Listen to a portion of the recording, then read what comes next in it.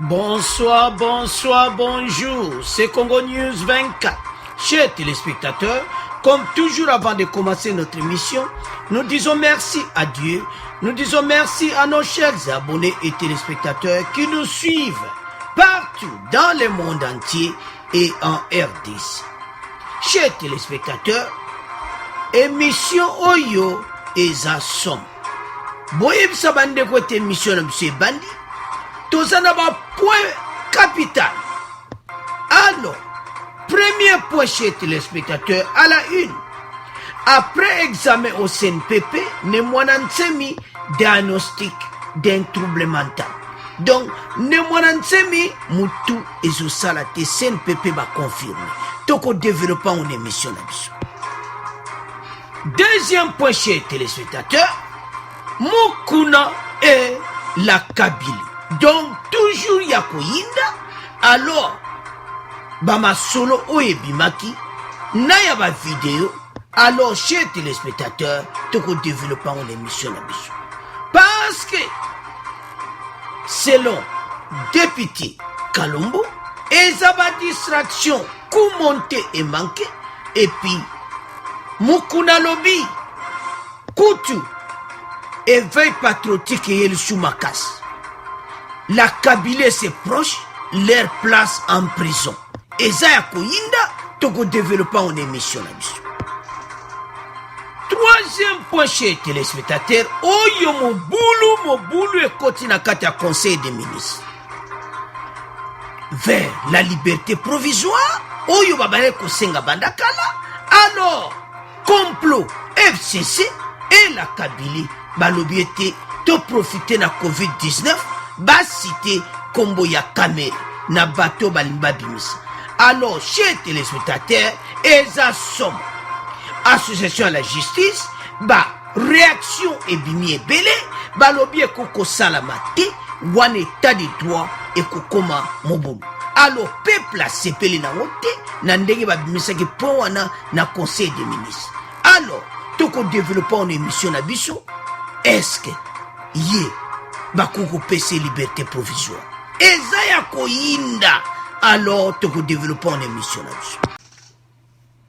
Alors, chers téléspectateurs, komita oto beta kama solo ya mboka na biso RDC. Alors, boz yebisa bandeko bazala connecté po masolo a lelo ezali obalobaka kafu. Premier point chez téléspectateurs, ne mwanda ntsemi. Après examen au CNPP, ne mwanda ntsemi diagnostic d'un trouble mental sur fond de stress à répétition. Bandeko, ne mwanda ntsemi, yaoto yebisa bino tambo pesaka ba message, boyeba ate ba message na bino, ezaka makambo ya solo, omwa muninga pesi message bino booseka. Omwa ndeko mwa pesi message tatana mutuna eza bien te. Oyo kandeko tu en tout cas tato tête ne penezo salati. Donc ba message wa tu bo pesaka. Chaque fois la conclusion ezalaka toujours na faveur ya ba abonné na biso. Donc maloba tu bo lobaka. Lelo banani ba gagner. Kaka bino ba tu bo gagner passe bo lobaka ngo l'air nyonso ke ne mwana ntsemi mutuna ye. Donc son a tellement commentaire anti le mon a tellement pesina pour ça aussi. Voilà. Après l'examen au CNPP, alors ba monete ne mwana ntsemi diagnostic d'un trouble mental sur fond de stress à répétition. Donc ba clinique nyonso yo ba tambola ki ba na ye na CNPP na kati kuna ba tout batali ba monete eza dû ya ba stress. Bobo comprendre ba stress e yakana makambo ebele elobi ndeko moko alobaki eza bampiaka mutu esala ye akoza pe na raison. Chers téléspectateurs, si vous n'avez rien du tout, poche vide, na banque l'autre côté, otali ebela bato baza nsima ne mwana ntsemi eza clair badokter bana raison mutu ekobouge parce que amona akende gauche akende wapi mwana ntsemi fa futa batu azoloba makambo ale aza koloba yango bon de toute façon confirmation ebimi donc mutu eza na problème alors tant mutu eza na problème chez téléspectateur mutu akobimisa makambo ebele parce qu'on ne comprend pas il y a l'état d'urgence ne mwana ntsemi rassemble plus à peu près 200 personnes dans sa parcelle anniversaire de mwana ntsemi la danse au rythme de Boudia Congo pour combattre le Covid-19. Est-ce que vous comprenez ça? C'est normal. Ils ont fait des rituels et cela va amener à la solution de Covid-19. Ah, ils ont moins clair que tête pena et ça qui n'a pas de problème. Moutou ezaki bouger. Akomi ko senga balane en public. Entre tazobuka mibeko à l'État. C'est pour cela. Il fallait looker l'État au komonaye. Vous vous souvenez na photo na bozomona na kati wana? Na kati kale bakange na kati ya voiture da ba solana ne mwana ntsema ye juste. Boybiko ata sulara sukwa jingondo omona bena kwiti evide kwiti penako ediminie pongondo penako ekosiliso meme ya kwiti esi alors ayaki moi juste savez ah citation eza mobulu alors chers téléspectateurs avant de continuer émission na biso to procéder na ba résultat ba docteur pour to analyser yango bien alors tolanda extrait oyo bon to continuer mission na biso extrait oyo arrestation. La police nationale congolaise a procédé à l'opération d'arrestation de M. Zachary Badiangila, alias Nemwanda Nsemi. Pour le colonel Monamputu, porte-parole de la police nationale, Nemwanda Nsemi est poursuivi pour rébellion, atteinte à la sûreté intérieure de l'État et incitation à la haine tribale. Vendredi soir, il s'est adressé à la télévision pour donner le bilan provisoire de l'intervention des forces de l'ordre. Nous déplorons à ce jour 8 morts, 35 blessés, tous admis à l'hôpital central de la police au Carrefour. Un total de 203 détenus. On a enregistré 8 policiers grièvement blessés. De son côté, le caucus des élus du Congo central dénonce ce qu'ils appellent les dérapages de la police nationale dans la répression contre les adeptes de Bundudia Congo, le député Fabrice Pouela. Si aujourd'hui on a arrêté Nemwanda Nsemi, et que fait-on de ceux qui ont ouvert le feu sur les adeptes de Nemwanda Nsemi se trouvant dans une église? Ces députés pointent également la responsabilité du gouverneur du Congo central, qui est un ancien membre de BDK. Il l'accuse d'entretenir l'instabilité dans la région. Kamanda. Alors, chers téléspectateurs, il fallait et Salama Ndengiwan. Nemwanda Nsemi arrêté. Haine tribal. Donc, à ce trouble, Babengana Batmusuna na Congo central, au Bazabata Boudia Congo te. Et donc, à Bouki Mibekoya, état d'urgence, donc, contre la sûreté de l'État. Donc, Oyotouana, ils ont mené Yonanini à arrestation. Il a été arrêté. Et puis, Bamemaki na Saint-Pépi. Alors, nous allons lire. Après avoir procédé à une auto-hétéro-anamèse, à un examen neuropsychiatrique approfondi, à une mise en observation jusqu'à ce jour, et à des examens complémentaires appropriés, dont un scanner cérébral et un électrophallogramme, nous concluons à la présence d'un trouble mental sur fond de stress à répétition. quels sont les stress à répétition? Et ça y a un niveau ebele. Ozangi pembongo, stress koya. Uzotale bela batu fo futa bango, stress koya. Alors que, émolument que ne mwanansemi demande, basi bazwaka mbongo wana, pas ses proches, na procuration de mwanansemi. Alors, situation de mwanansemi, eza pena mobulu. Soba bimisi, azara l'arti, parce qu'il sera acquitté au tribunal. Wana eza clair devant la loi, mutuna eza biente, makamutu eza ko sala, eza nini, azakina trouble mental, yango azo sala bon. Alors il faut batikaye. Donc, il sera libéré bientôt, bon saline. Parce que le document a été signé par le docteur Kasongo Mwenze, Kainda Kayombe et Kaswa Kasiama. Bango ba signé yango. Tango ba signé, alors, ba pesi message, et mon ami était, yé, mouteuse salabiendi. Mais examen complémentaire, na scanner cérébral, ba sali yango.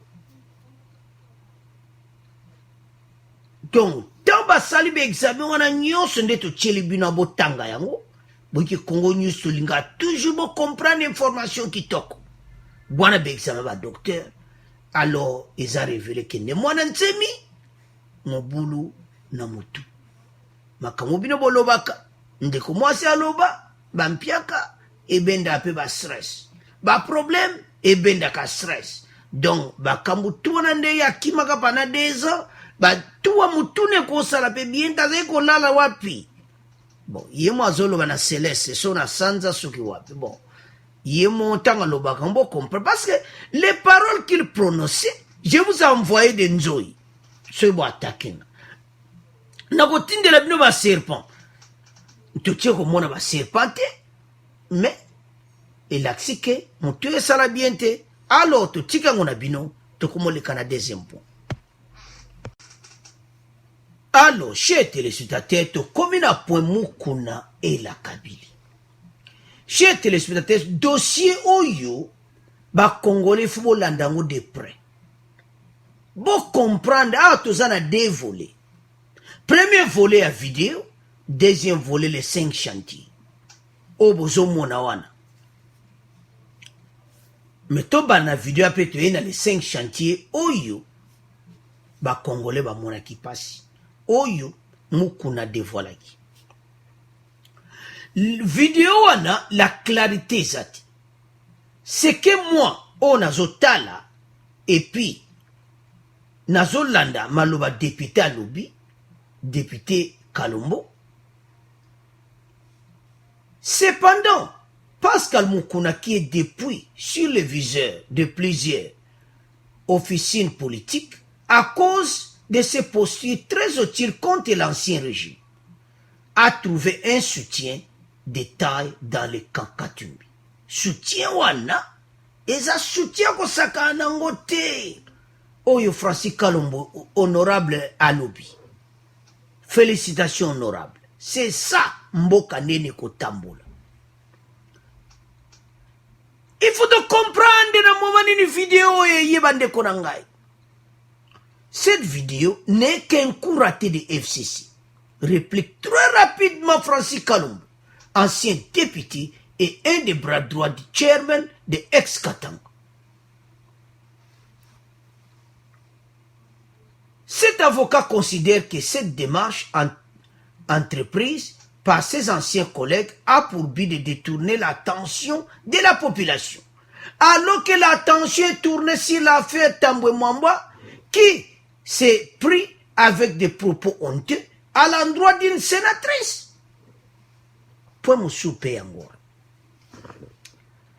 Si vous comprenez FCC, baza bato oyo so likambo eza pena très important biso bakongole nyonso tokomolanda mokuna il faut baya na likambo boye donc Israël bato.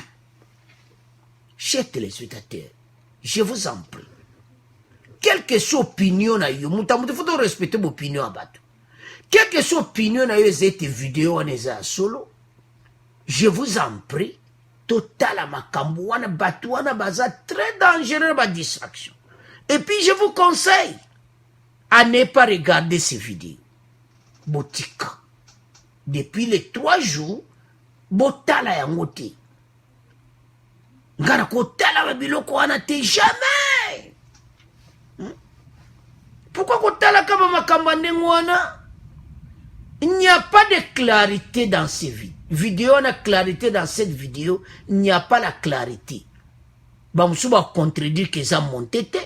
Musuba koloba que ça monté. Et ce qu'on prouvait que ça monté te. Ou qu'on prouvait que... Donc tout ça, botiango pembeni.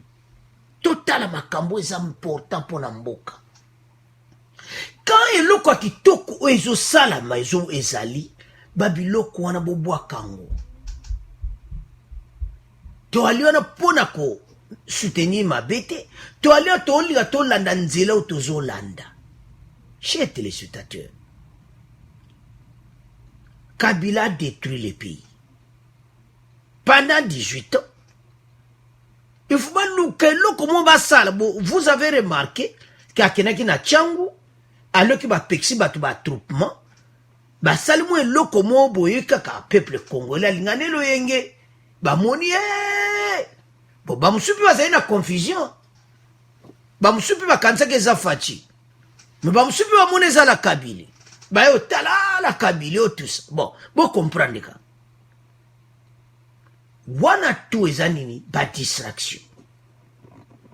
Depuis quand il y a ça la kama ndengo? Dossier mukuna eza dossier mon peuple congolais faut landango de près. To landango de près. Bato bakosila. Force na bango nyonso ekosila. Po bomona ke bakomi na suka eza ndenge bakomo ketina makambo ba vidéo tout ça. Basi baluki mokuna partout ba juillet ba bité to luki ce qu'on a ba montage ba vidéo. Mokuna azo sala musalo eza bien.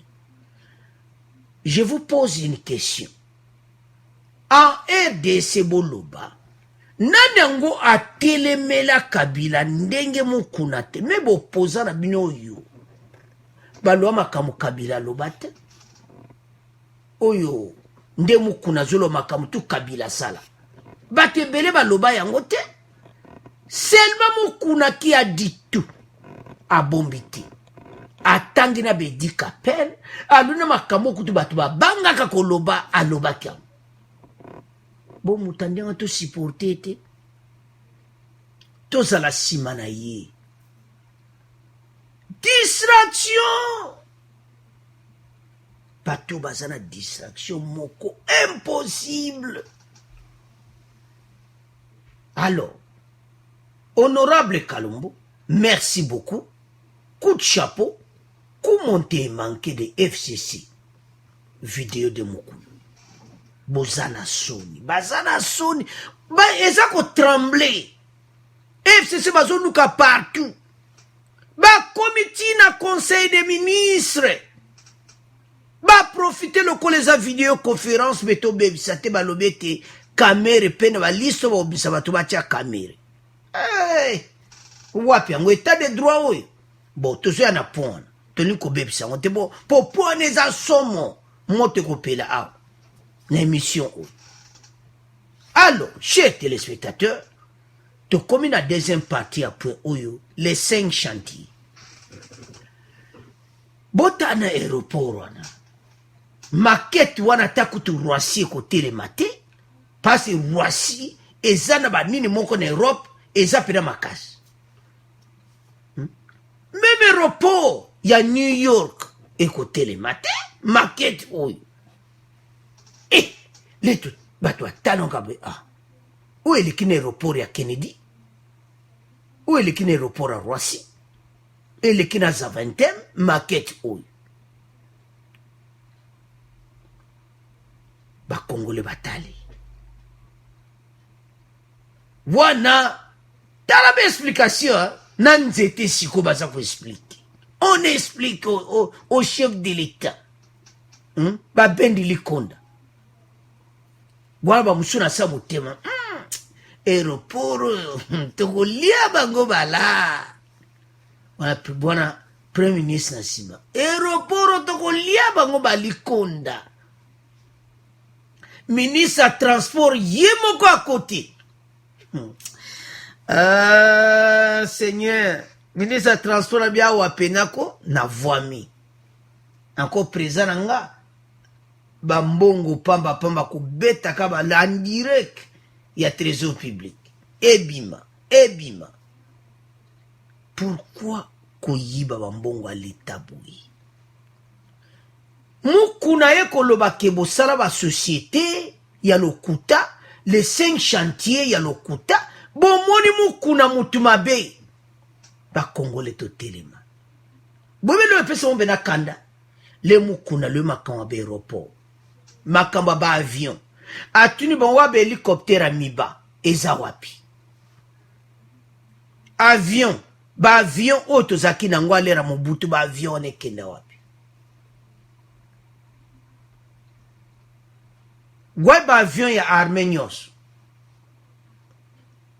token nan ne pas token tuzaki bena ba mirage net ba mirage donc ba avion penda oyo ba ezo tambol ba avion de combat wana na lera mobutu wa ba avion wana mukuna aloba te boyele ba video tutika ba jiko mukuna zolo ba kabweza propre akoseli Kabila makambo te akoseli bata FCC PPRD makambo te bato baza très dangereux que Covid-19. Mais pourquoi, chers téléspectateurs? Bakosi batu. Aéroport otabachaki maquette oyo. Mais RDC zako nyingana. Kabila ba PC ba point na l'air wana. Tout le monde. Quel est l'aéroport Anjili? Eza mawa talango tala siku aéroport Anjili wana bolo basiko pourquoi bokosa biso boyeko pourquoi est-ce que aéroport Anjili eza boye berogaro tunga nazomona o aéroport Anjili eza boye oh botika baji. Alors, chers téléspectateurs, eza mawa. Parce que tala babiloko aboyi, komona ki makamango etika kosala mate, eza soni, lelo somo kuna lobi, beaucoup motindele ba video, beaucoup motindele batu baya ko attaquer, beaucoup me bo kokete. Aye maloba nzambe, asimba ka Bible. Nzamba ko protéger. Yango tokeba na pote nto conclure bon pona video tokeba awa biso zo loba teke o boy to donc ce que ça ya solo ce que ça ya lokuta total nde makambo to o ça très important soko yebi ke ça solo kene ko solo na pasteur total makambo c'est très important parce que makambo oyo Kabila ça na problème sérieux bazo senga ya quitter la RDC ba lui place en na prison mukuna liba ko samsa bango état de droit c'est vandi alors ba komo lukele partout ba problème ko simbate bravo évêque Mukuna, bravo, honorable Kalombo, passe au Télémi, au Bangite, au supporté Mukuna. Alors, bino bobo tikali, tozala sima ya Mukuna. Parce que ça mosala kitoko. Alors, chers téléspectateurs, to tiki point oyo, to komoleka na point nabso, oya kamera. Alors, chers téléspectateurs, to komi na point ya kamera. Vers la liberté provisoire pour Vital Kamerhe. Au Conseil des ministres, par vidéoconférence, les ministres de FCC suggèrent la libération provisoire de Vital Kamerhe. Ba profiter encore ça qui na vidéoconférence, ba van ba chambre différent. Alors, ba ministre na fonction publique, na ministre justice, na ministre droit de l'homme, bangonde. Mais ba yeba que tout c'est les salamaka, toujours président de la République, Moutou. Il faut appeler ça mot. Chers téléspectateurs, batu oyo basali, eza soni pour réussir le lokomokoti. Et sali bango soni, parce que denyo so bango bayaki nango, et simbite. Bango baluka ki tout, na conseil des ministres, et pese oyo kaka désordre comme ça, tout va supporter que Fachi après sa grâce wana présidentielle na batu wana ya kobimisa kamera kotana boko yoka réaction balbi est-ce que différence neza ye kamera na batu wana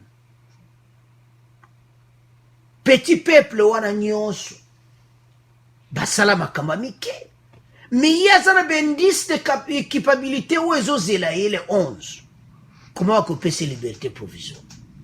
One état de droit koufi. One état de droit koufi. Mais, toyebi keko salamati. Parce que, nandenge état de droit zotambola pour le moment, eko salamati. Donc, complot, y a bateau, balemba, kanabango, te ba complot, y a la Kabylie et tout le monde. Balemba kate, bazo landaka. Alors, qu'est-ce qui s'était passé? Boibi Karandenine et Salami, et puis, le point nyonso à l'ordre du jour, point o ezalaki, na ordre du jour, ya mokolo wana lobby esili, après point ordre du jour, alors yesuko na point ya, po point ya Kamerhe. Balobi ki yaza moko bato akoko kimate, le kola balinga ba déségorger prison, alors ba monete Kamerhe pe azwa liberté provisoire na batouane. Il s'en suivit un débat à propos des possibilités de déségorgement des prisons. Moi je lis. Parmi les pistes explorées, il y a la voie de libération conditionnelle, de liberté provisoire, à accorder aux personnes privées de liberté, mais ne présentant aucun risque à l'instar du directeur du bureau du président. Wana maloba, ministre moko azwa ki parole wana. Allez, bamusu ba rejoindre, batangi kombo na. Mais on parlait du petit peuple. Les personnes condamnées à des peines mineures, c'est ça ndenge ou ezalaki kena hors du jour. Tamba oloba yango, mbalambo ba ministre wankabo comprendre ya FCC, ba tomboli ba vona bango, ba lobi ba tangi komba Kamerhe na liste wana. Wana kata débat. Chers téléspectateurs, tu opes ba information eza vrai, ce n'est pas que onde bozoka, que bandime te Kamerhe abima, non. Ezaki débat. Bango ba boaki point na mesa. C'est à Fachi de décider. Donc, ceux qui battent, on a au sala en rébellion, il y a ministre de la justice, na ministre de droit de l'homme. Donc, c'est les Tunde Yakasinde na Célestin, je m'excuse, Célestin, na André Lit ou à droits humains, parce bato batalaka makambo wana ba prison mpo badéségorge prison mpona covid-19 batala pe petit peuple wana pasi ya ndolo ebele bato ye maladi ya ndolo c'est ça dossier banaki no ya ndolo on parlait de ndolo mpona yango mpona petit peuple wana mbala mo baboki bala mesa o na liste wana batia pe kamere potika bajiko ekosalama te proposition ya no bopesi vous avez suggéré etikali na tia point faci nazo comprendre bien bon moto bolobi kaka mais en tout cas soki esalami na bapression extérieure na kati ya baministre alors ekotia mboka na désordre parce que pour le moment congolais nyonso depuis bakangi kamere azondimaka vraiment état de droit evandi alors soki babiloko abo esalami ekotia mobulu toyoka réaction oyo mpongo tokontinue mission na biso malamu kodésengorger la prison, c'est une solution provisoire, mais une solution durable des amis pour reconstruire de nouvelles prisons aux standards internationaux dans chaque province, pour que plus tard, quel que soit l'événement ou catastrophe, le pays est à la mesure de protéger les prisonniers. Deuxièmement, Tolobi que pour désengorger et Sengeli va travailler dessus sur base de l'égalité des chances. Pour respecter l'article 12 de la Constitution, il n'est pas question, il y a possible de spécifier X et Y parce qu'il y a Azali Mokondi, parce qu'il y a Azali proche du président de la République, parce qu'il y a Azali opérateur économique. Là, on ne peut pas accepter. Kasi batangi kombo neti ya mukambi ya misala ya ndako ya président Félix Tshisekedi esengeli ya telema liboso bazuzi le 11 mai ekantiki kotelema la procédure ezali erreur une faute professionnelle oyo ministre ya santé publique a ministre ya justice bakomete esengeli badefendre baprincipe ezali général batikaka kospécifier kocible bato en fonction de la position politique na bango ou bien position économique ou financière. On a bastani mabe. Gouvernement ezali wana pona pour protéger tous les Congolais, toutes les Congolaises. Ce qui va analyser par cas en fonction de la position parce qu'il y a directeur de cabinet, il y a président, parce qu'il y a PDG, entreprise ou bien opérateur économique, ça veut dire que sous occupé aux liberté provisoire au bazar na chati parce que la humanité. Alors à ce moment-là, ils allaient violer l'article 12 de la Constitution, c'est-à-dire l'égalité des chances. Alors, chers téléspectateurs, vous avez suivi que vous avez erreur moko d'abord bako sala permuté. Ministre de santé tanga lobaki santé publique bango ba ministre musuba tangi ba kombo ya batu ba DG wana ne ba DG ba foner ba toana tout caméra et tout ça wana zapenda oyo kaka ku monter ça c'est le complot ndeto loba complot contre l'état de droit bato bakangi bango na 100 jours bango tout bakozala kuna peuple congolais azopesa ba message bakovanda kuna nde baosamisa bango le 11 baye basor na bango condamné so akombe so 15 ans 16 ans bazala kuna basi batongela mo pavillon moko kitoko il n'y a pas de risque chez téléspectateurs côté caméra ça il n'y a pas de risque azana pavillon sika ezaka lokola ndako covid-19 ndina oya ozwe kuna non totika oyo tozoloba parce que makambo elekaki chez téléspectateur tondokenda on sikoyo malembe mais wana ezalaki réaction nde toyoki na extrait wana d'abord bapesi ide ya koconstruire baprison ya sika mpona bakabo soko eye baprison minene ya standard moko international prison wana depuis l'état colonial eza prison ya kala baprison nyonso wana baluka baconstruire baprison ya kitoko po soki makambo maladi oyo eye donc baprisonnier baza mpe na position ya kitoko alo epa bango baza kuna nana komemela bango covid-19 eza bato bazokende kuna na prison pase bango baza na kati kuna babima libanda te covid-19 po ekota kuna fo mutu mo aza nango akoti kuna amemeli bango yango comme nde elekaki na ndolo mais à Makala il n'y a pas un cas de covid-19 c'est à ndolo alors tout ceci eza programme ba manœuvre nyonso à la Kabylie et FCC se prépare pour na komonter bakuna bango mais ko simba te alors eloni bon basala ki ba bon obikande basala architecte na bango te na kingankati apengisi bato na ye bato ne nyonso wana FCC ministre ya droits humains ministre ya justice monde bookende wana bolo makamba covid-19 bolo baba petit prisonnier tango baba na makamba petit prisonnier allez bo tangi komba bakame jemuki esimbite eko simba pete pense Fachi avait dit qu'à concordé grâce na bateau d'infraction na bongo que c'est bien les condamnés à des peines mineures.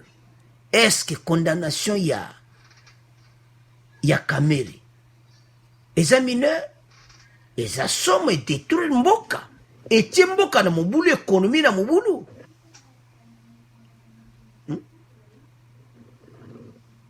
la possibilité pour le président de la République de son droit de grâce a été également évoquée, le tout sur les observations exigeantes du ministre des Droits humains, rappelant les recommandations des instances internationales à ce sujet.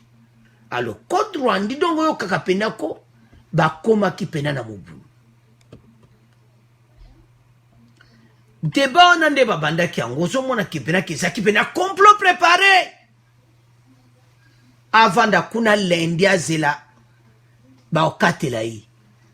Alors, chers téléspectateurs, tu nous expliquer boui. Pourquoi ba yena point oyo? Botala na émission passée de Tchelebino, o ba bengaka requête fin o ka requête o fin ya o ka fixation ya audience o ekozala le 11. Tant ba zui requête na bien caméra zo kene 20 ans. Erangoyo tobimisa mwana mai na biso bobimisa bapesa kamere liberté provisoire ozonga sur prison ekoma mobulu.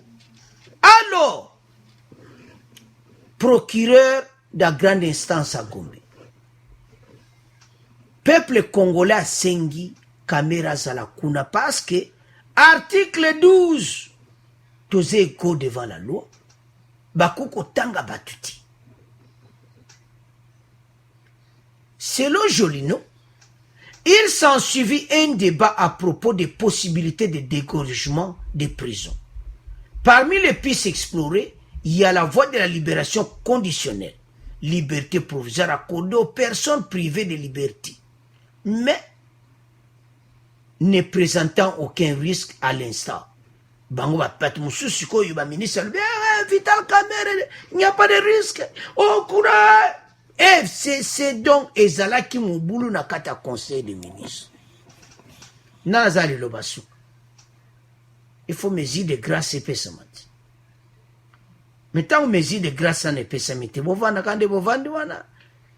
Ba message onyo se bimi ezo zela facha pesa mesure de grâce. Fachi mesure de grâce a fachi ko masoki le 15. Ils ont le 15 mai, mesure de grâce. Donc, c'est la mesure de grâce le 15 mai. Pour voir le 11 mai, parce que Kati Mamagamus. Mon boulot. Ils ont koinda awa. Alors, chers téléspectateurs, mon bateau baza contre Kamériti. Si on comprend tout le monde oya sali, tout ça là juste quand même. Et au moins qui à quoi échapper justice. Et c'est impossible. Il y a des preuves tangibles. botanga rapport ya Kinsula Inyamatete. Rapport nezomona penda indice de capacité claire eti yango ba komele ki bango na requête wana. Tant ba yango ba bi mais oyo ezomona clair ya zokende. Yango ba ko sala ba réunion na bango meximbité. C'est pour cela pona ko sala désengorgement ko bimisa batwana, il faut fatia sala ba bengaka grâce au président de la République, droit de grâce du président de la République. Et ça qui est évoqué dans le conseil des ministres. Et l'autre, bah, aussi, fatia paie sa grâce, et puis, bah, on va qu'il y ait un masolo. Et ça, y a quoi yinda parce que il va procurer, on a déterminé. Ministre de la Justice pour avoir pouvoir, il faut Fachi appeler sa grâce wana. Tant que Fachi appelle sa grâce, so bon va que ça on ndenga mayu ndenga kinkuko mo boy. Wana ba bomi pe l'état de droit. Alors, chers téléspectateurs, ezamawa.